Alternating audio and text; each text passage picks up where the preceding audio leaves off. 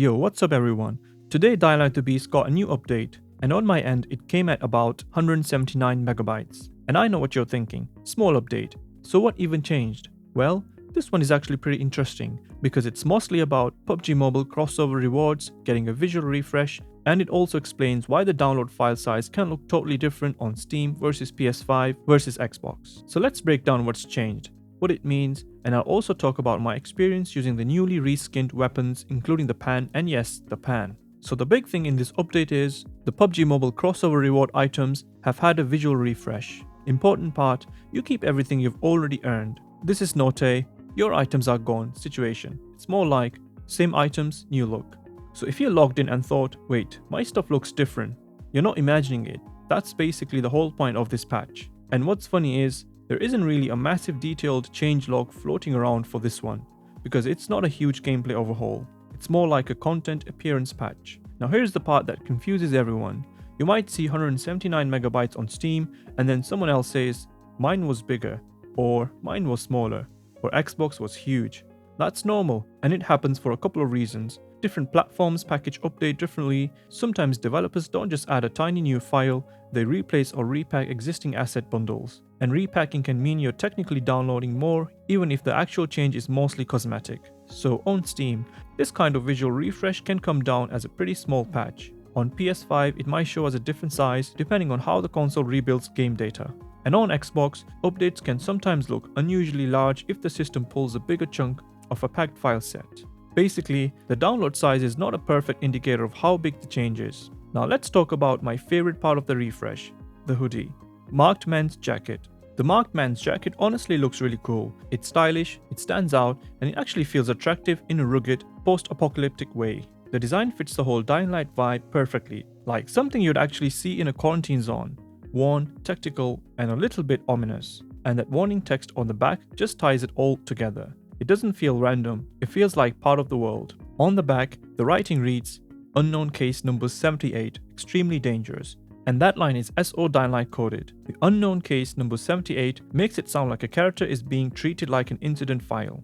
Not even a person, like a quarantine authority or some shady organization logged them as case number 78. It also implies this isn't the first time. This is at least 78th time something like this has changed. Extremely dangerous is the kind of label you'd put on a biohazard, a contaminated specimen, or someone who's clearly infected or unstable. It's not cool slogan energy, it's contaminant writing energy. So the whole back print feels like a dossier tag. Do not approach, do not handle, and do not let this thing out. And it fits perfectly with the crossover vibe too.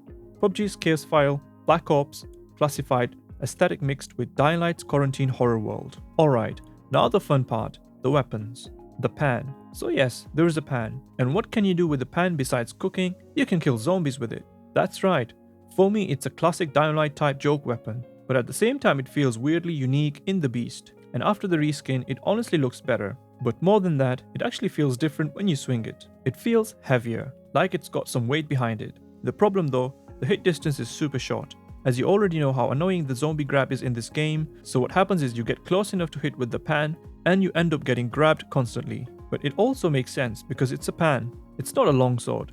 It's not supposed to have range. So it's fun, it looks great, it has personality, but you have to play super careful because you're fighting in grab range. The baseball bat, called the Battle Royale bat, is basically the same weapon too, but the skin is the main change. And I'll say this, the older Battle Royale look felt kinda cartoonish, but the new skin looks like it belongs in a more serious game. It's cleaner, meaner, more grounded. You do get the blueprint, but unfortunately you can't mod these weapons. No elemental mode, no crazy add-ons. Besides, it'd be great if Techland could add a unique, different and more variety of elemental effects to the mods. The only thing you can install on both weapons is a weapon charm of your choice. For me, the best one is the Battleground Keychain charm, because it grants 20% chance to decapitate or dismember. And honestly, we need more of that. I want more gore, more torn limbs, and more visual gore effects in the game. Dying Light is at its best when combat feels brutal and satisfying, and dismemberment is a huge part of that identity. So to recap, the 179 megabyte update is mostly a visual refresh for the PUBG crossover rewards. It can look bigger and smaller depending on Steam versus PlayStation 5 or Xbox. The Marked Man's Jacket now has a backprint, Unknown Case Number 78, Extremely Dangerous, which reads like an in-universe contaminant warning. And the reskinned weapons are fun. The pan feels heavier and looks better, but has awful range. The Battle Royale bat got a more serious looking skin. No weapon mods, only charms. And the Battleground Keychain is the most fun because it boosts dismemberment. If you have installed the patch, tell me what platform you're playing on and what size it was for you. Because I'm seeing totally different numbers depending on who I ask. Which weapon feels better to you, pan or bat? If you enjoyed this video, consider liking and subscribe for future Dying Light content, and I'll catch you in the next one.